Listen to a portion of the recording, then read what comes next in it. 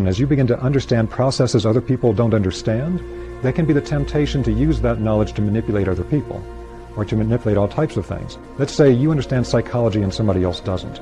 You can manipulate them with all types of things in neurolinguistic programming and things of that kind. What words do you use? What tonality do you use? How do you present the information? You can manipulate them all over the place. And so in Rosicrucianism, there's a very strong rule that all the powers and understandings gained on the path will be put to the service of other people. And so that's like the first rule in Rosicrucianism. Otherwise, as you develop the abilities, you will get that temptation of, well, I could get what I want right now because they don't understand this process, but I do.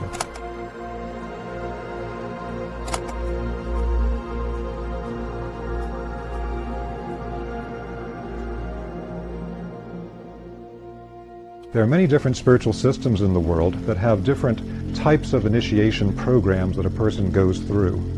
And the Rosicrucian system is one that's been very influential in the West, but actually is sometimes hard to get information about what their actual system of development is. What do we actually mean by initiation or an initiate? Because the terms are used very generally in modern metaphysical circles.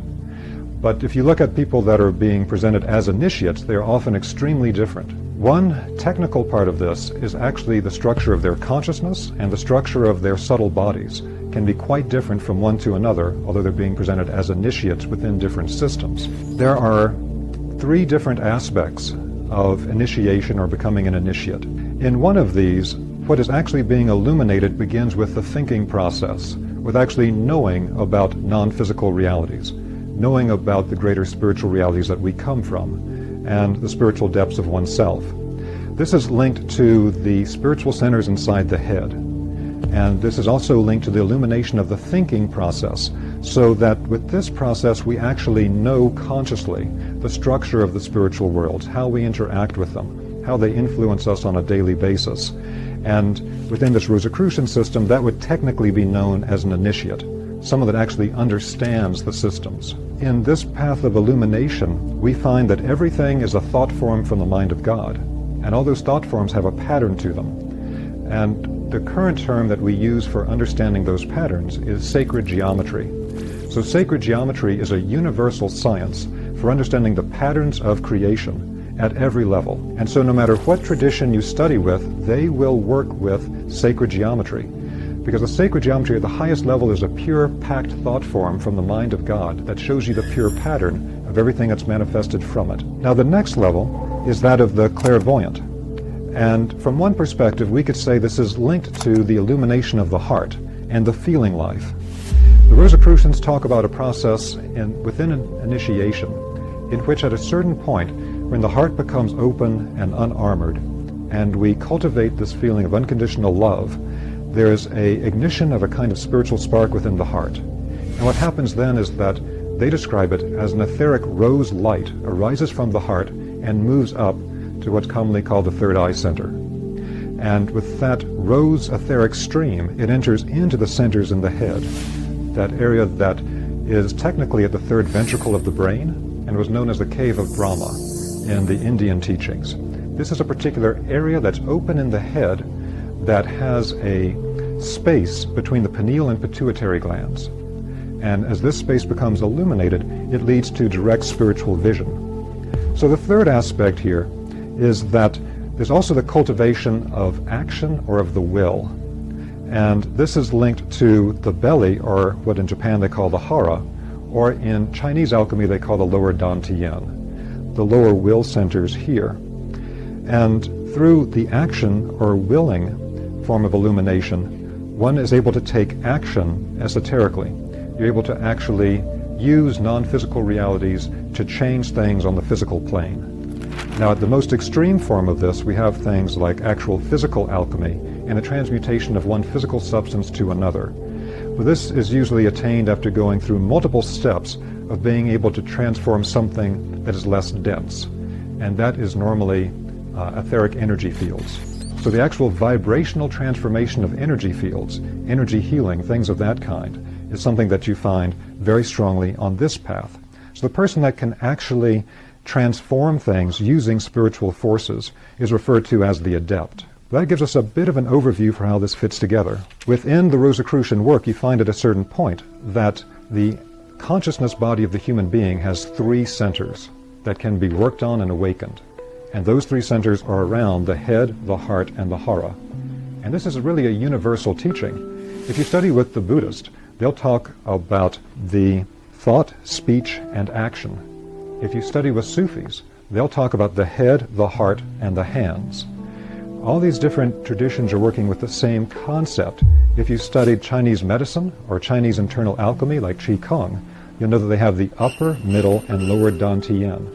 They refer to these as elixir fields, because when we understand what these actually are energetically, they are a kind of spiritual elixir field that we can work in and illuminate the forces of. So, depending on where we focus on primarily, we can first begin to develop the capacity of understanding things in a conscious manner, the patterns behind them, become the initiate, or directly perceive spiritual realities, the clairvoyant, or directly manipulate the spiritual forces, hopefully for a good outcome, and that's the adept. Initiation is really a process of becoming aware of who am I, why am I here, where do I come from, and how do I develop a process by which I can become more self-aware and accelerate my process of development. Along the path of initiation, as you begin to understand processes other people don't understand, there can be the temptation to use that knowledge to manipulate other people, or to manipulate all types of things. Let's say you understand psychology and somebody else doesn't. You can manipulate them with all types of things in neurolinguistic programming and things of that kind. What words do you use? What tonality do you use? How do you present the information? You can manipulate them all over the place. And so in Rosicrucianism, there's a very strong rule that all the powers and understandings gained on the path will be put to the service of other people. And so that's like the first rule in Rosicrucianism. Otherwise, as you develop the abilities, you will get that temptation of, well, I could get what I want right now because they don't understand this process, but I do. So initiation and inner alchemy. Alchemy has to do with the transformation of something from a base state to a higher state. But there's an important thing that's hidden in that, which is that the base state has to exist first. You're turning lead into gold, but there had to be the lead there first to create the gold. So this means that hidden within, all types of lower structures are the seed of its full fruition. Very much like the classical illustration of the caterpillar and the butterfly. You don't know looking at a caterpillar that over time its entire structure has laid within it the ability to become a winged butterfly. But it's the exact same thing in the human being. So we develop the physical body. We develop the body of life force. We develop our consciousness. But then we come to the point of developing our self-awareness, the I am presence. And that's where we are today. Human beings have developed this, and now we're at this critical point of developing the I am self-awareness. Now the inner alchemy of this is that once we have developed that fire, and this is represented in the esoteric Christian tradition as the flame above the head of the disciples at Pentecost. It's a literal flame that ignites a spiritual structure that moves in a vertical axis through the human body. And at this energy center above the human head, it illuminates to be the center of the Holy Spirit within Christian depictions. But I've worked with people from many other religions that know all about this first center above the head and its ignition into higher consciousness. So as we develop that aspect of ourselves can now illuminate with light and transform with the fire the lower bodies. That means that then we can train our I am spiritual self-awareness to actually transform our consciousness to a higher level. It's an alchemical transformation of the consciousness to become something different of a higher nature. And then it can then transform our entire body of life force, the entire etheric body, chi, ki, prana, to a higher level. And then it can actually transform the physical body. So that then leads to the question of, okay, from this really big picture of how things fit together, what does one actually do as a system of initiation practices? So one of the most fundamental practices for the Rosicrucians are what they call the 6 basic exercises. Now the 6 basic exercises were talked about by Rudolf Steiner as something that if you did nothing else, do these. Because some types of occult practices that you do could actually end up being harmful to you. But any of those harmful effects could actually be neutralized if you practice the 6 basic exercises. The first 3 parts of them are again working with the basic idea that we have 3 basic soul faculties. That's the same thing as saying that our astral body has 3 different aspects: the thinking, the feeling, and the willing. Thought, speech, and action for the Buddhist, head, heart, and hands for the Sufis, upper and middle, lower dantian, for Chinese Taoists, etc. We have these three primary centers: thinking, feeling, and willing. So the first thing we have to do is like what Gurdjieff talked about. We have to begin to self-observe. We have to observe ourselves through the course of the day. We have to observe, what am I thinking? What am I feeling? What am I doing? That act in itself, something also described by the Buddhist in great detail, will actually begin to use the light of our consciousness to illuminate the thinking process, to illuminate our feeling process and our willing process. What this allows us to do is we can then begin to see how much of what we go through every day internally is completely unconscious. It's just one reactive state after another. You get a particular external trigger and you have a particular reaction to it. And so this is the foundation. If you did this, you would end up reaching the goal if you did nothing else. If you don't do this, nothing else you do will matter. You have to do the self-observation, and it's much harder to do than it sounds. Another practice was called the backward review. The backward review is very important to do at the end of every day. In Steiner's own initiation school, he made it a basic practice for everybody. What the backward review is that at the end of your day, as you're about to go to bed, the meditation to do is to intensively from that moment when you're about to go to bed, go backward through your day in reverse order. Now I'm at the moment just before I went to bed. Now I'm at the point where I went to the bathroom. Now I'm at the point where I watched TV. Now I'm at the point that I had dinner. Now I'm at the point that I'm driving home from work, etc. You go back through the day, all the way back to the point when you were last asleep. It might have been a nap. It might have been early that morning. And there's very deep spiritual processes behind this that we're not going to get into all the details of now, but it relates to some very important energetic processes in a human being. So one of the things is that by going backward, thinking backwards, we're actually developing a new strength, like we're flexing a muscle within our etheric life body. The etheric life body is our body of memory, and the etheric body holds all of our life forces. When we begin to exercise the capacity to think backwards instead of forwards the way we normally do, we're actually exercising something in the life body of memory that will become a force that can be used for higher initiation and alchemical purposes later on. Next, we have the observation of life forces, of growth and decay. Today we have this fantastic tool where we can use film equipment to literally see these, like Walt Disney films, of a seed sprouting and then becoming a plant and blossoming and fruiting and withering away. And we can see in a moment what the Rosicrucions classically did through a process of observation that would take an entire year. They would watch every part of a growth process.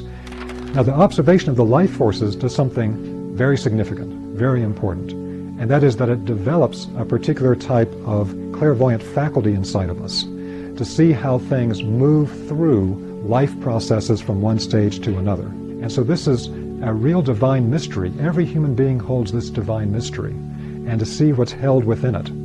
Then, of course, the study of spiritual science we talked about before is fundamental, because we have to put down those concepts that allow us to logically understand how things fit together. Now, as we're studying things, we have a particular practice that we do. It's called the dissolving practice. The dissolving practice is an alchemical way to read spiritual text, so that if you're reading a text from any spiritual tradition, what you're actually reading as words on the page was the attempt of someone to crystallize into written language a direct spiritual experience that they had. The only way to get to the core of what they're trying to tell you without getting caught up in a fundamentalist literalist trap is to actually regain the experience they had they're trying to communicate through the words. That means the words have to be dissolved into a direct inner spiritual experience. And so it's a type of meditative reading. So once we can dissolve those spiritual texts into the original experience, it opens up a great world for us and is absolutely vital for going to deeper parts of spiritual teachings that have been preserved. Now this is also connected to the next stage, which is something called the Michaelic Yoga. What we have is that in the ancient schools, they taught a particular type of breathing. And the way they breathed at that time was to actually make themselves more conscious by being conscious of the breath in and out. So there's a particular yoga of the inhale of the breath and of the exhale of the breath. And what Steiner is basically saying with the Michaelic Yoga is that for the Rosicrucian, we have the same inhale and exhale, but now it's done in pure consciousness. It's not done with the breath per se. So when we inhale, in a sense, the observation of the physical world, then that's what we would call a perception. I perceive something in the physical world. Whatever I see, I'm observing nature or a human being, whatever it is, I'm breathing in that perception. And that's a completely receptive activity. If I don't have a receptive soul, I can't do it. But we breathe that in, and we hold the perception inside of us. It might be the movement of a child. It might be the growth of a flower. It might be whatever it is. And then we breathe out the concept. A concept is where now I can see inside what I have perceived, the spirit inside of it. And so instead of breathing in and breathing out, we're breathing in the perception of the world receptively, and then we're actively breathing out the concept, where now I have perceived the spirit in